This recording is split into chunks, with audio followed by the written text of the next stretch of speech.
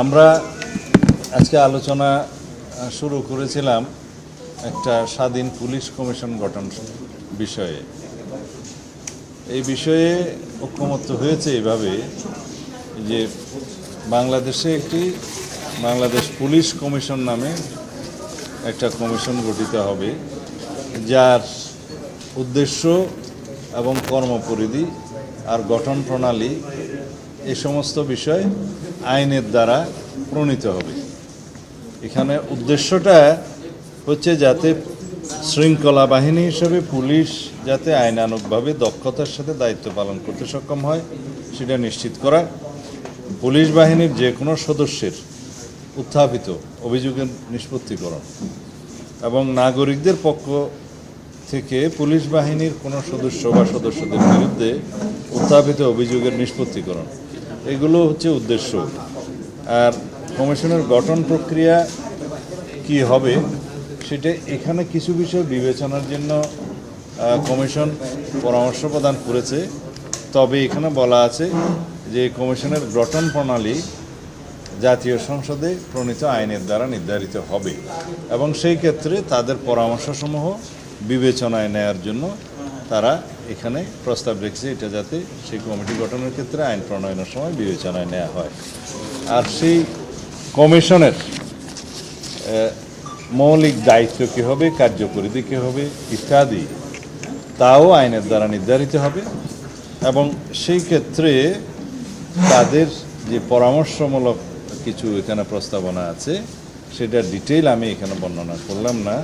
তাদের কার্যপরিধি কী হবে, দায়িত্ব কী হবে, কীভাবে সেই ফাংশনগুলো ডিসচার্জ করবে, তদন্ত কীভাবে হবে ইত্যাদি বিষয়গুলো আইনে নির্ধারিত হবে এবং তখন যেন তাদের প্রস্তাবিত এই বিষয়গুলো বিবেচনায় নেওয়া হয় গুরুত্ব সহকারে, সেই প্রস্তাব তারা করেছেন। এখানে ঐক্যমত্য হয়েছে যেহেতু এটা আইনের ব্যাপার, সেটা জাতীয় সংসদে বিস্তারিত আলাপ আলোচনার মাধ্যমে তাদের প্রস্তাবিত যে সমস্ত সুপারিশগুলো আছে বিবেচনা নেওয়ার জন্য, সেটার বাইরেও আরও অনেক বিষয় হয়তো উত্থাপিত হতে পারে এবং এমবডিড হতে পারে আমরা আশা করি। এবং রাষ্ট্রে যাতে পুলিশ বিভাগের কর্মকাণ্ড একটা জবাবদিহিতার আওতায় আসে এবং জনগণের সেবা যাতে নিশ্চিত করা হয় এবং পুলিশ যাতে জনবান্ধব হয়, প্রকৃত অর্থে যে পুলিশ যেন মানে জনগণের বন্ধু হিসেবে প্রতিভাত হয়, সেটা প্রতিষ্ঠা করার জন্য এটা প্রয়োজন আছে বলে সবাই মনে করছে। আর জনগণের কোনো অভিযোগ যাতে শুধুমাত্র পুলিশ বিভাগে নির্ধারিত নিয়মে আপত্তি উত্থাপন করলে সেগুলো নিষ্পত্তি সাধারণ নিয়মে এখন পাওয়া যায় না, সেই জন্য তারা স্বাধীনভাবে একটা স্বাধীন কমিশনের কাছে যাতে অভিযোগটা উত্থাপন করতে পারে এবং সেটা তদন্ত হতে পারে যথাযথ প্রক্রিয়ায় এবং এমনকি বিচার বিভাগীয় তদন্তের বিষয়েও এখানে প্রস্তাব করা আছে, সেই হিসাবে যাতে জনগণ সেই প্রতিকারটা পায় সেই পথটা উন্মুক্ত করা। আমরা আমাদের দলের পক্ষ থেকে আমি উপস্থাপন করেছিলাম যে রাষ্ট্রে সাংবিধানিকভাবে, সংসদীয়ভাবে বা যে কোনোভাবে স্বৈরতন্ত্রের উদ্ভব যাতে না হয়, ফেসিবাদের উৎপাদন যাতে না হয়, সেটা বন্ধ করার জন্য এক ব্যক্তি প্রধানমন্ত্রী পদে সর্বোচ্চ 10 বছরের বেশি বহাল থাকবেন না বা ওই পদে আরোহণ করতে পারবেন না, সেই প্রস্তাবটা আমাদের। সেটা যতবারই হোক, যত মেয়াদেই হোক, বছরটা সীমাবদ্ধ করে দেয়া হলো। তো এইখানে আমাদের সেই প্রস্তাবের সাথে আমাদের একটা শর্ত ছিল। শর্তটা ছিল যে আমরা সাংবিধানিক কোনো প্রতিষ্ঠানে এবং সংবিধিবদ্ধ কোনো প্রতিষ্ঠানে কমিটি করে যে নিয়োগের প্রস্তাবটা হয়েছিল সেটার সাথে আমরা একমত থাকবো না।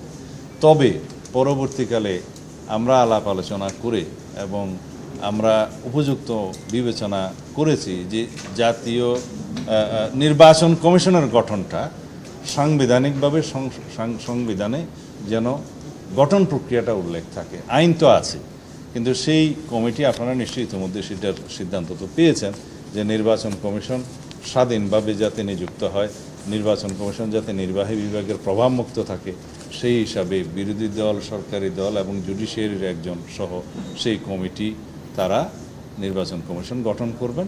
তবে তাদেরকে সহায়তার জন্য সাচিবিক কার্যক্রমের জন্য আর একটা সার্চ কমিটি গঠিত হবে। সার্চ কমিটিটা অনেকটা স্পিকারের অফিস থেকেই সেই সাচিবিক দায়িত্বটা পালন করবে। তারা সারা দেশ থেকে নাম প্রস্তাব করবেন, জনগণ সেখানে নাম প্রস্তাব করতে পারে, সমাজের বিভিন্ন শ্রেণী পেশার লোক এবং রাজনৈতিক দল প্রস্তাব করবে, রাজনৈতিক দল সমূহ প্রস্তাব করবে। সেই নামগুলোর থেকে শর্ট লিস্টিং করে স্ক্রুটিনি করে তারা সেটা ওই সর্বোচ্চ কমিটির কাছে প্লেস করবে এবং সেই সাংবিধানিক কমিটিটা যারা নির্বাচন কমিশন নিয়োগ করবেন, নির্বাচন কমিশনের সদস্য এবং প্রধান নির্বাচন কমিশনদের নিয়োগ করবেন, সেই কমিটির কাছে প্লেস করবে।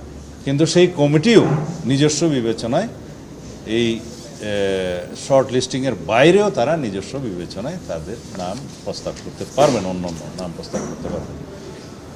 সেইটা আমরা গ্রহণ করেছি। আমাদের সেই কন্ডিশন থেকে আমরা সরে এসে নির্বাচন কমিশন গঠন প্রক্রিয়ার সাথে একমত হয়েছে। আপনারা ইতিমধ্যে সেটা জানেন।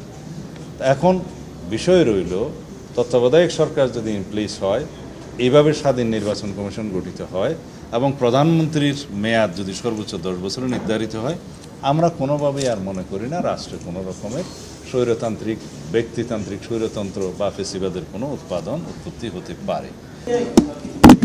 আমি সবসময় আমরা দলের পক্ষ থেকে মাননীয় প্রধান উপদেষ্টার প্রতি আহ্বান জানিয়েছিলাম যে লন্ডন বৈঠকের পর যে প্রতিশ্রুত এবং সম্মত দিন, তারিখ, মাস, যে ফেব্রুয়ারির প্রথমার্ধের পয়লা সপ্তাহে, রমজানের আগের সপ্তাহে নির্বাচন, জাতীয় সংসদ নির্বাচন অনুষ্ঠানের জন্য সম্মত হয়েছেন এবং সেই বিষয়ে একটা যৌথ প্রেস ব্রিফিং করেছেন, সেটা যথাযথ প্রক্রিয়ায় নির্বাচন কমিশনকে সেটা জানানো উচিত প্রধান উপদেষ্টা অথবা তার অফিস থেকে।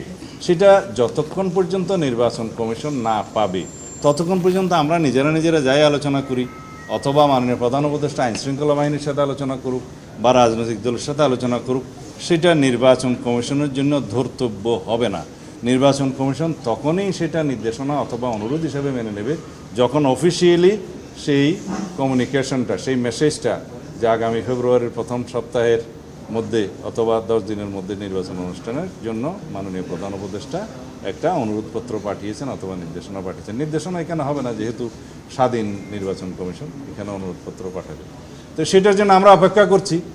সেটা হয়তো আগামী কয়েকদিনের ভিতরে দিতে পারে বলে কয়েকজন রাজনীতিবিদ হয়তো গতকালকে বলেছেন, কিন্তু সেটা হচ্ছে প্রেসের সাথে রাজনীতিবিদদের কথা।